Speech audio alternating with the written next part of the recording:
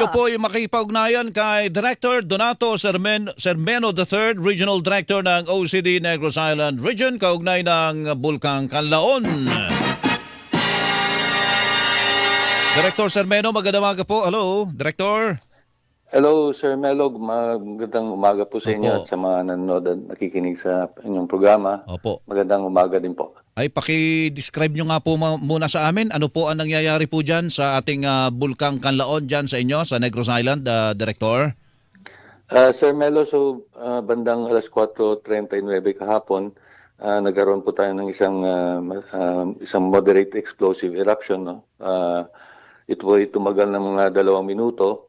At ang taas po ng ibinuga nito ay nakatayang mga 2 kilometro. Tapos sinundan po ito ng pagbuga ng abo, no? Tumagal po ng mga 40 minutes at mga 150 meters ang taas po nito at papuntang timog kaluran, no. Mhm. So ang ang initial po na epekto nito po sa ating mga bayan na nakapalibot doon ay nagkaroon po ng ashfall, no? Mhm. At may naramdaman din po silang mga shockwaves. Dito po yung naramdaman sa La Castellana, Mhm. sa La Carlota, Pontevedra at Hinigaran.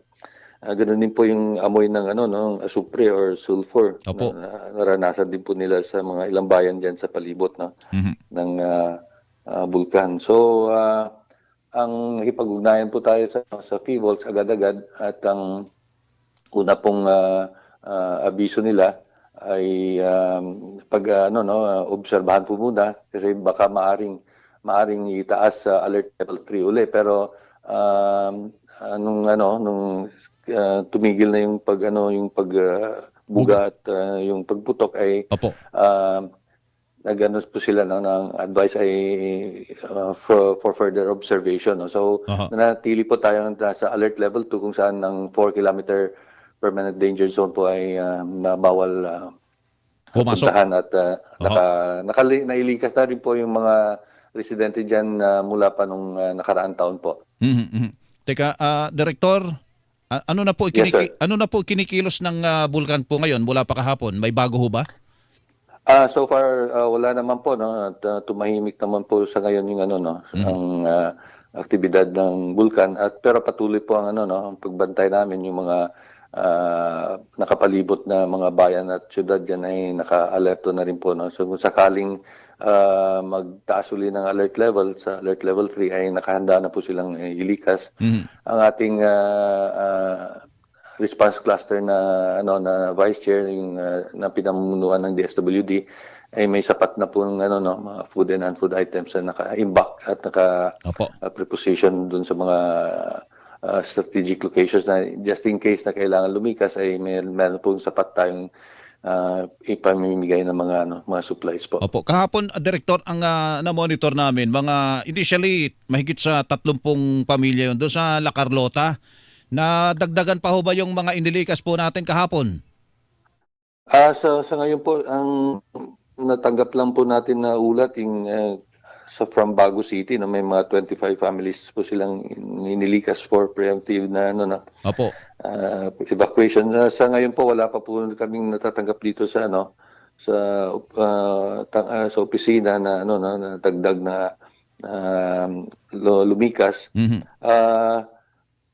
Although sa sa La Carlota po ay nag-declare na sila ng suspension of classes for today. Mhm.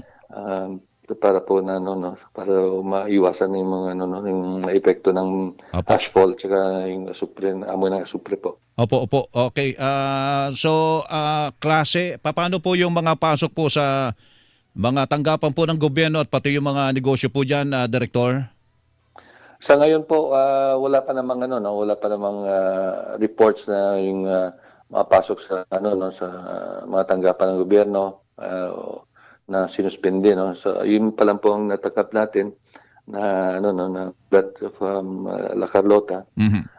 Ang mga ang mga naka-standby po yung mga yung mga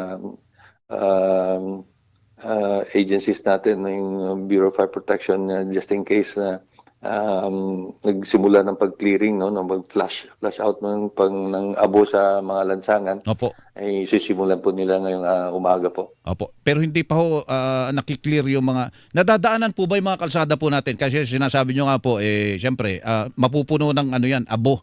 At delikado po yon sa mga dumaraan ng mga motorista, Director. Opo, so sa ngayon po wala pa namang wala pa namang ulat na mga lansangan na hindi talaga pwede daanan. Opo. So pero for additional safety na precaution magfa-flashing po tayo ng ng mga lansangan para maiwasan yung mga aksidente po. Opo, opo. Wala ba kayong nare-report? Yung iba po kasi nilikas na. So mga nasa evacuation center po yung iba dyan. Wala ho ba mga kaso na po ng mga respiratory disease na na-monitor kayo mula po kahapon, yung mga nakaranas po ng hirap sa paghinga, Director? So far, sir, wala pa naman pong ang report coming from DOH or from the local government units. Meron po tayong sapat na na mga supplies ng face mask, even goggles na distribute na nung nakaraan pa. At kung sakaling may pangangailangan pa ay meron po tayong naka-imbak dito sa warehouse natin dito sa Bacolod City po. Opo. So yung mga yung karamihan po na IDPs or mga evacuees natin ngayon ay ano pa ito dala ng epekto ng Tino. So pero isang yung kung ang evacuees na dahil sa pagputok kahapon ay yun pa lang po yung naiulat na from Bago City na 25 families. Opo, opo. Okay. Ilan po talagang probinsya diyan sa Negros ang apektado po? Ilang porsyento po ng Negros Island po ang apektado, Director, ng ating ashfall? Opo. Sa po ang kung probinsya ang pag-usapan, dalawang probinsya po yung Negros Oriental dahil yung Canlaon City na kasi bahagi ng Oriental yung Canlaon City. And then yung may apat na local government units yung directly yung pinakamalapit yan na parating naapektuhan ng ng pagputok or pagbuga ng abo. So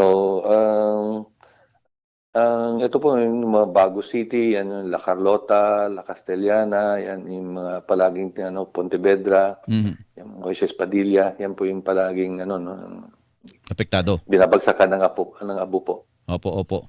Sige po. Director, salamat po at kami po ay makikipag-ugnayan po muli sa inyo kaugnay po nito. Salamat po. Magandang umaga po sa Sige inyo. po. Mag-ingat po kayo dyan sa Thank you inyo. din po. Thank Opo. you din po, Sir Melo. Si Director Donato Sermeno III, Regional Director, OCD Negros Island Region.